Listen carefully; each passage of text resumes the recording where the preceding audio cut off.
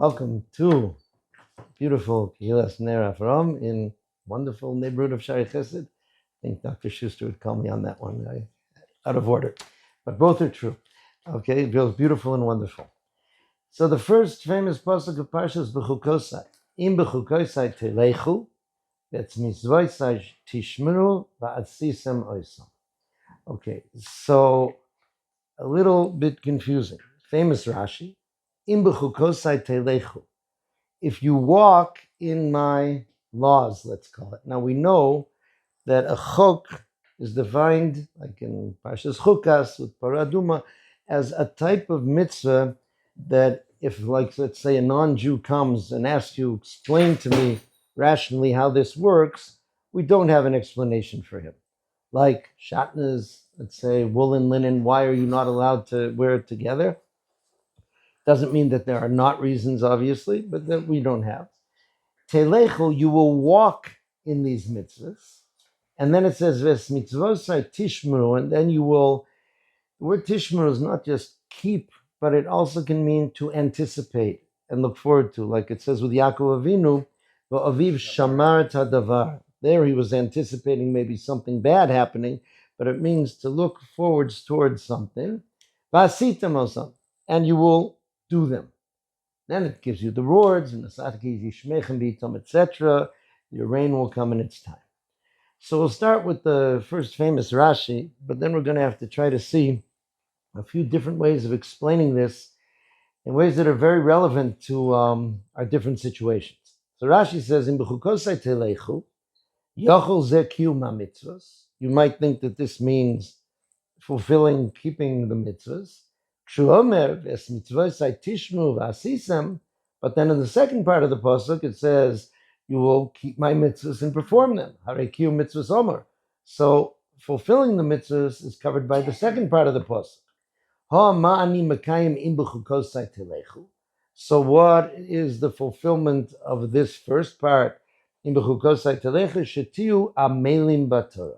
you should be toiling in Torah. Okay, so the classic yeshivish way of explaining this is, right, it's not enough just to do the mitzvahs. You have to be really, as they call in the yeshivish lashon, steiging in Torah, really delving deep into the Torah, pushing, etc. Now, it's interesting that even in that, amelim b'Torah, what is the word amal? So the word amal, the Malbim explains, it means hard work, especially mental work, thinking, right? And it can be either positive or negative.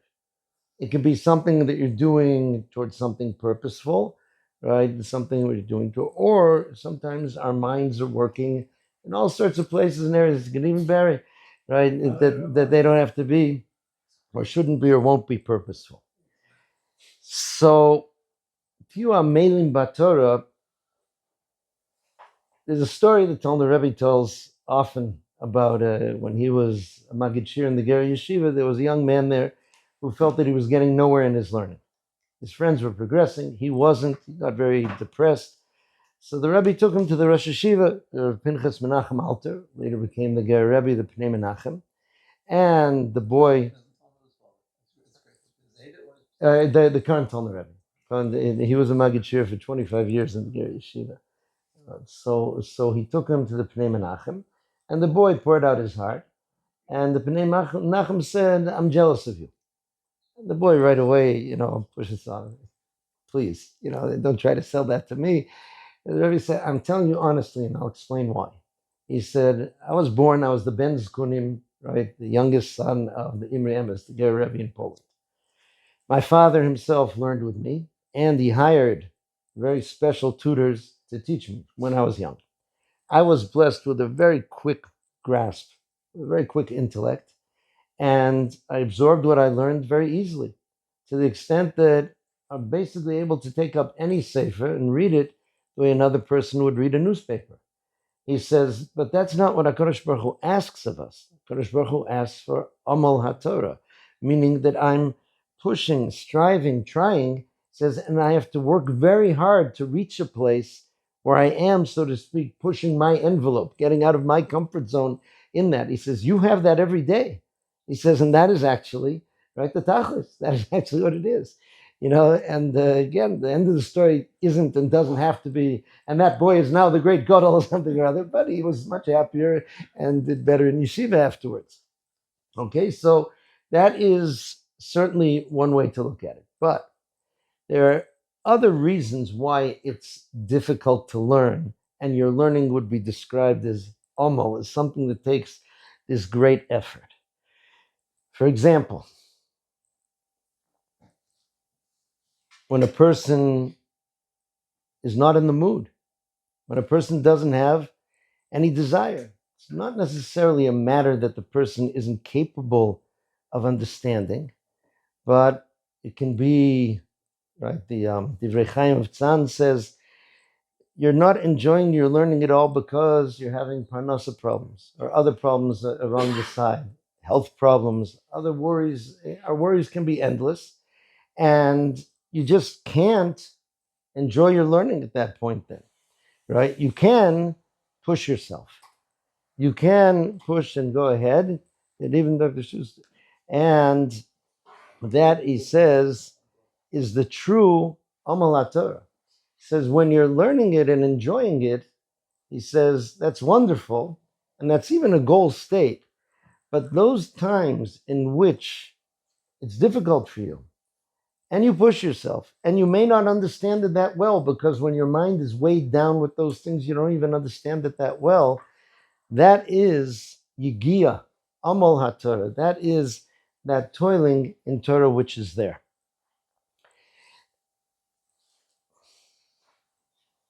Obviously, we do want to try to learn and enjoy. There's a famous piece from the Avnei Nezer, the son-in-law of the Kotzker Rebbe, where he explains that it is not a question of your Divrei Torah not being lishma, for its the sake of Torah, if you're enjoying it. He says part and parcel of Torah is it's meant to be enjoyed.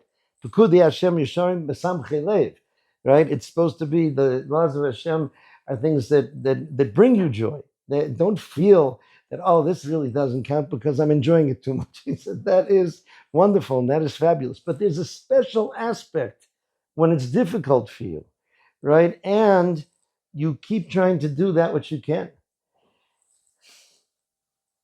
This doesn't necessarily have to be explained only in terms of learning, though. Im Behar-Bechukosai Telechu shetiu amelim b'Torah. So it's true. The Shmira, the second part of the pasuk, like Rashi says, talks about fulfilling the mitzvahs. Mitzvosai tishmu v'asisa moitzom. But chukos, again, which are mitzvahs that we can't give a rational explanation for, if we walk in those mitzvahs, we'll explain why those are called walk, that means that we do those mitzvahs based on emunah. That's how the Mori Naim of Chernobyl explains it. Right? It's very clear that those mitzvahs we're doing because of emunah. Now, emunah shouldn't be translated to this idea of blind faith. Emunah, Moshe Shapiro explained, means that we recognize that HaKadosh Baruch Hu created us, gave us the Torah, and put us in a different system of life that can't be explained by this worldly rationality.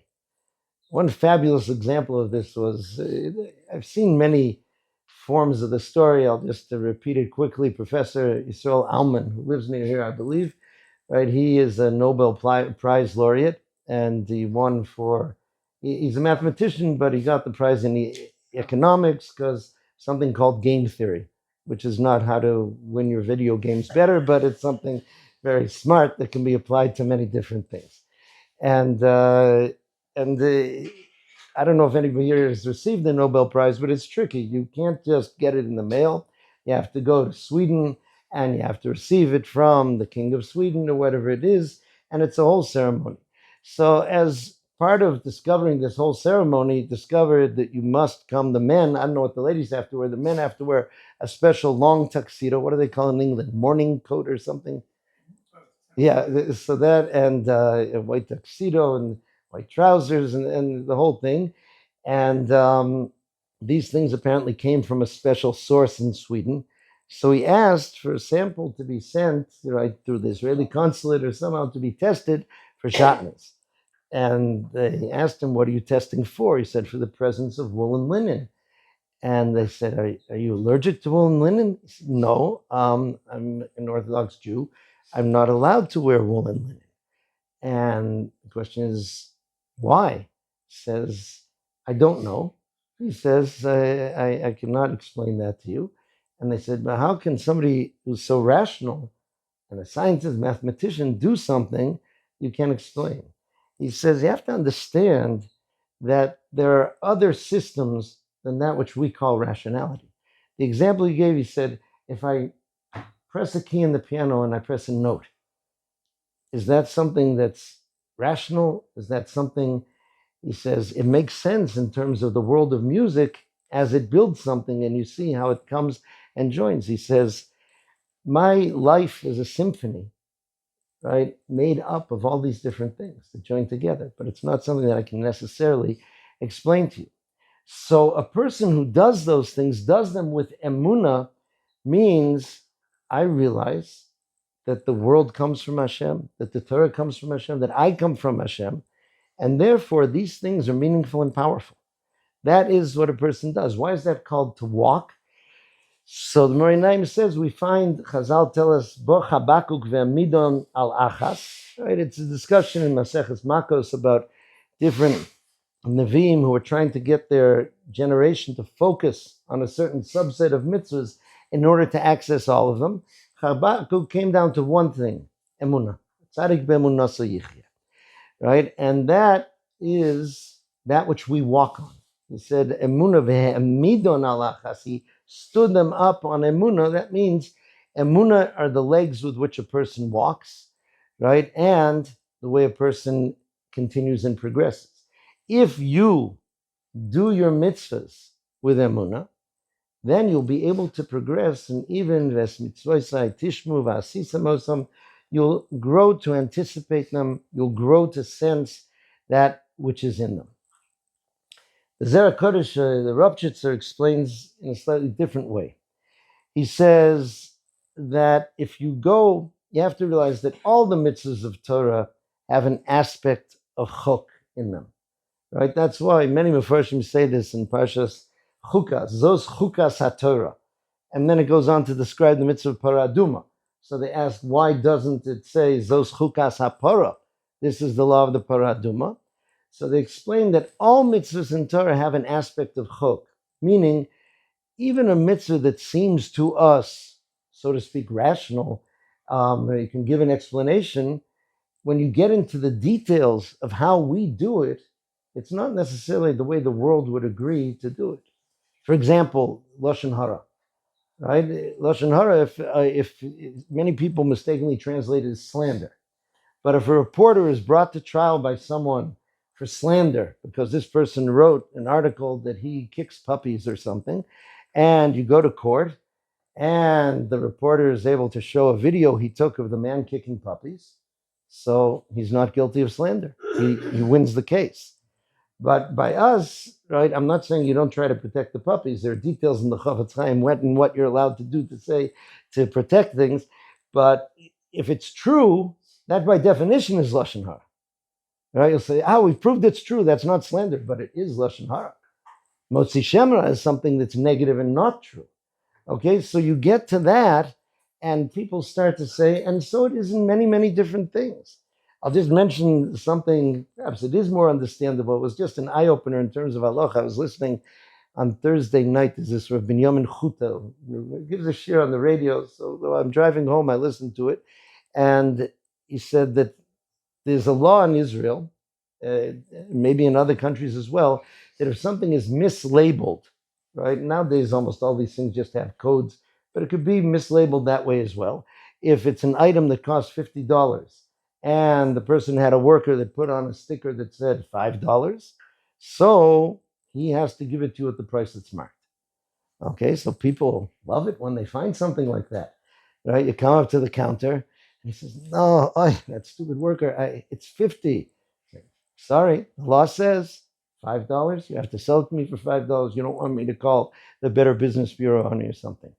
He said, but in the Torah outlook, that's Hashavas Aveda. this man lost money, so to speak, and you have to return it to him, right? It's just as if 45 of his dollars ended up getting misplaced, and you find them and you give them back, right? Not everybody in the world would view it that way. It's just a beautiful story. It's Gedolei to know. I don't know much about the world of Amazon. Many people, you ask them, what you work in? I work in Amazon, right? They do Amazon stuff. So it was a famous story. A frum Jew put up for sale laptop computers, hundreds of them, and instead of writing that the price was $500, it came out on his website, whatever it was, $50.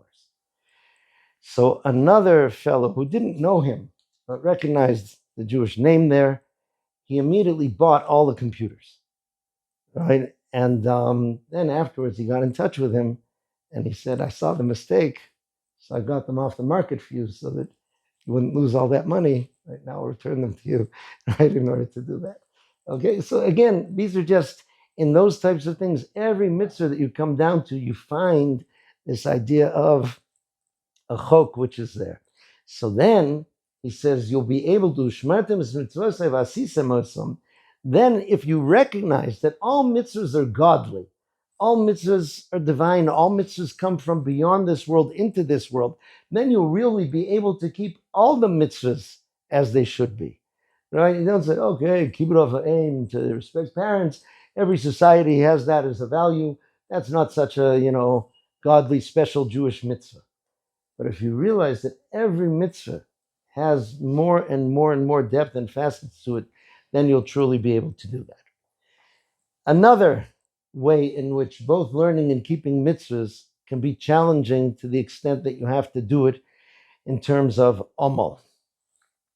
So the Sefer, the Orach L'Chaim, he was a Talmud of the Maggid of Mezrich. I've quoted him before. He says that, people go through different times. People are sometimes on a higher madrega when spiritually they want to do the mitzvahs, they're enjoying the mitzvahs, they're enjoying their learning Torah, they're thirsty to learn more Torah. And then there are times when we aren't. And he says this is why we find, heading towards Shavuos, the concept that it says in the Gemara, Kafa aleim har kegigis. When the pasuk says that Am Yisrael camped right tachas har at the foot of the mountain, so Chazal said, what does it mean? It really means under the mountain. Malamed, it teaches us shekafa aleim HaKadosh Baruch Hu har kegigis. Right, now HaKadosh Baruch Hu, I'll just say it the first way we taught it, and he learned it in grade school, right? He picked up the mountain like a hammer or something, and he said, Imatem lekabli misat Torah, if you receive the Torah mutab, then good. If not, shomtei kvoraschem, you're going to be buried there, meaning I'll squash you. Okay, now, what I discovered many Mefarshim say later is that the true reading of the word kafa aleim har kegigis means a gigis is a hollow, like a big tub, a big barrel, a big basket. Kafa aleim har kegigis means he surrounded them with Har Sinai. Okay, now when he did that, he said, you have to realize the question asked, right? Tosfos brings it down. Why do we need to be forced if we said Nasa v'nishma? We signed on it. We said we'll do it no matter what it is. He said because they were at a very elevated state then, and they had to be locked into the contract because you're not always in that elevated state. In certain ways, right? Some people feel the ksuva is very unromantic. Right? If you look at the details of it, there's some nice things in there. Okir, right? I will respect and honor, etc. But a lot of the things are what happens if chas v'shalom, the marriage either breaks up and there's a get, or the husband passes away, and how the wife will be taken care of. That's in there. And but the idea behind it is that it's a true obligation. The fact that it's there, that it's an obligation, that it's a contract, right? That this something, I'm into this not just when I feel like it, but for the long, this is one beautiful explanation that Ashkenazi custom many have, the chassan wears a kittel, right? Which sometimes gets people a little, freaked out because it reminds one of burial shrouds and things like that. He says the chassan making a statement, I hope to be able to go with you till the very end. Till, they dress me up in this and, send me on my way. Right, so that's the idea of this idea of obligation, which is there. Gedolei Hachasidus explained it, he gave it with the mashal of a person who sometimes is sane, but sometimes has bouts of insanity. And he asked someone who's a good friend of his, if you see me starting to lose it, please restrict me, please restrain me so that I don't do anything that I don't want to do. That's why there's an idea we will not always be in that Har Sinai state of thing. Now, an even deeper way, though, is what the Kloisenberger Rebbe said. I'm still trying to find this recording. I think I mentioned it last year. It was a recording of him explaining this concept of Kaf Aleim Har Kegigis. So some people explain it is that they were surrounded by this total environment of Kedusha. And they had to receive the Torah there properly so that they wouldn't get buried outside that area, zone of Kedusha. Sham te kvuraschem. The Kloisenberger Rebbe described being inside that mountain as total darkness. Finsternis, he said. Total darkness. Not just physical darkness, spiritual darkness. Meaning, he says, it's no kunst, it's no trick to accept the Torah if you see a person does a mitzvah and the candy comes down, and if a person does an avera, a rock comes and hits him on the head. He says, but when you see tzaddikim being burnt, huge amounts of them, the Rishonim being triumphant, he said, that's where you have to be Makabel Torah.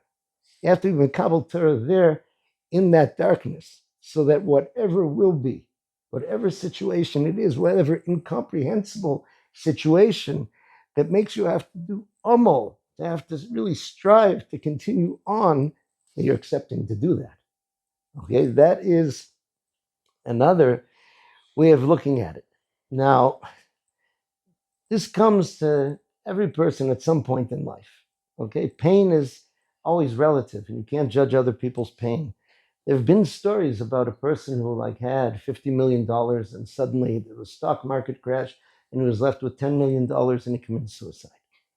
Right? And I could help you learn how to get along on 10 million or something like this. Okay, but to him, if somehow his self-esteem was so tied into that, it was a tremendous hit that he couldn't recover from, right? Which is there. So things are relative to each person. But the Nesiv Shalom writes in a letter to a chassid who was struggling. He says, everybody goes through a period in life which is darker than dark, and where it's very difficult for you to do your Avodas Hashem. First of all, you feel Hashem is supposed to be so kind, it feels cruel. You feel that your rebbeim or your friends really don't understand what you're going through. They just don't, and you feel very alone. He says that moment is really the ultimate moment of your life on this earth. How you try to maintain your connection with Torah, your connection with Hashem, even if you're not feeling it so much. To do it to you, amelim b'Torah. Then, he says, when a person does that, there's an idea of Keit Sam Lachoshech, Pasuk in Eov, I think. There's an end to darkness. And when you get out of that darkness, you'll be able to experience Torah and mitzvahs in an entirely more elevated way. So that's part of the purpose of these times and these things that come into it. So that's in Behar-Bechukosai Tolkhu. I saw in a Chabad Sefer in a shul, I don't remember which, I was going to ask a friend of mine who knows where these things are. It says, obviously, Torah is supposed to be full of life. Part of V'chai B'hem is not just the concept, right, that we're not supposed to give up our lives, aside from those particular cases in which a person's moser nefesh, but V'chai B'hem means you should do your mitzvahs with chiyus. They should be full of enthusiasm, right, and anticipation, and putting yourself all into it spiritually and physically. Kol atzmosai tamarna, all my bones are crying out, Hashem mikamocha. That's a goal state, right? But if you're not in such a state, said don't be depressed, because that state is a tremendous opportunity for something which is described in the song. He says of iskafia. Iskafia basically means forcing yourself. It's a tremendously difficult and powerful act to get yourself to learn Torah, to do mitzvahs, when you don't have any of that enthusiasm. And he says, that's why you should embrace it when it's there. Don't feel Hashem pushed me away. Now I can't get closer to him through my learning, through my keeping of mitzvahs, because it's meant to be the simcha. It's meant to be with anticipation. It's meant to be with chiyus. It's meant to be all these things. There's another way in these times. Iskafya, meaning by pushing yourself to do it. A certain, what you call, akshonas de kedusha, holy stubbornness, to keep putting one foot in front of the other. That's in Behar-Bechukosai Telechu. It's a chok to you. I can't connect with why I'm doing this, what I'm doing, what it does, etc. But then, when you overcome all of that, and you do to the best of your strength, then you're able to progress tremendously, and you reach, right, ushmartemosam vasisem, and the blessings of Nasati Gishmechem Be'itam. Included in this, Chasam Sofer mentions this also, is in Behar-Bechukosai Telechu, is a very, very important principle in learning, that we have to learn almanas lasas, ushmartem vasisem osam, meaning it's nice to learn Torah theoretically, but to learn Torah with commitment that what I learn, I'm going to do, that's much more difficult.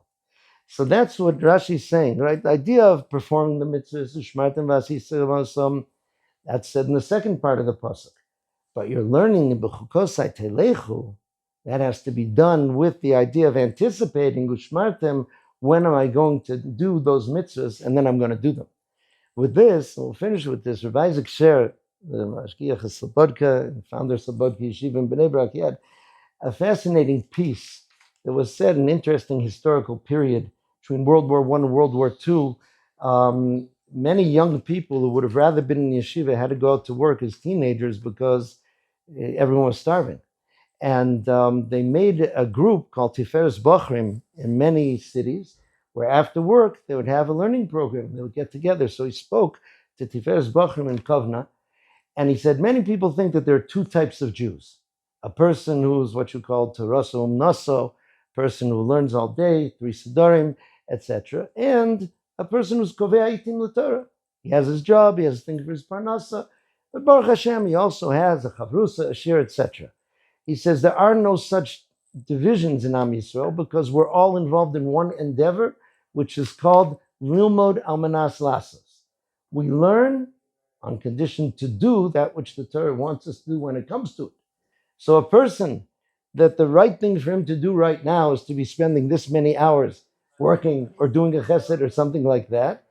So he is doing the same limud almanas lasos as someone who happens to be doing more hours at this stage in his life, right? And doing the other things that he has to in a more limited way.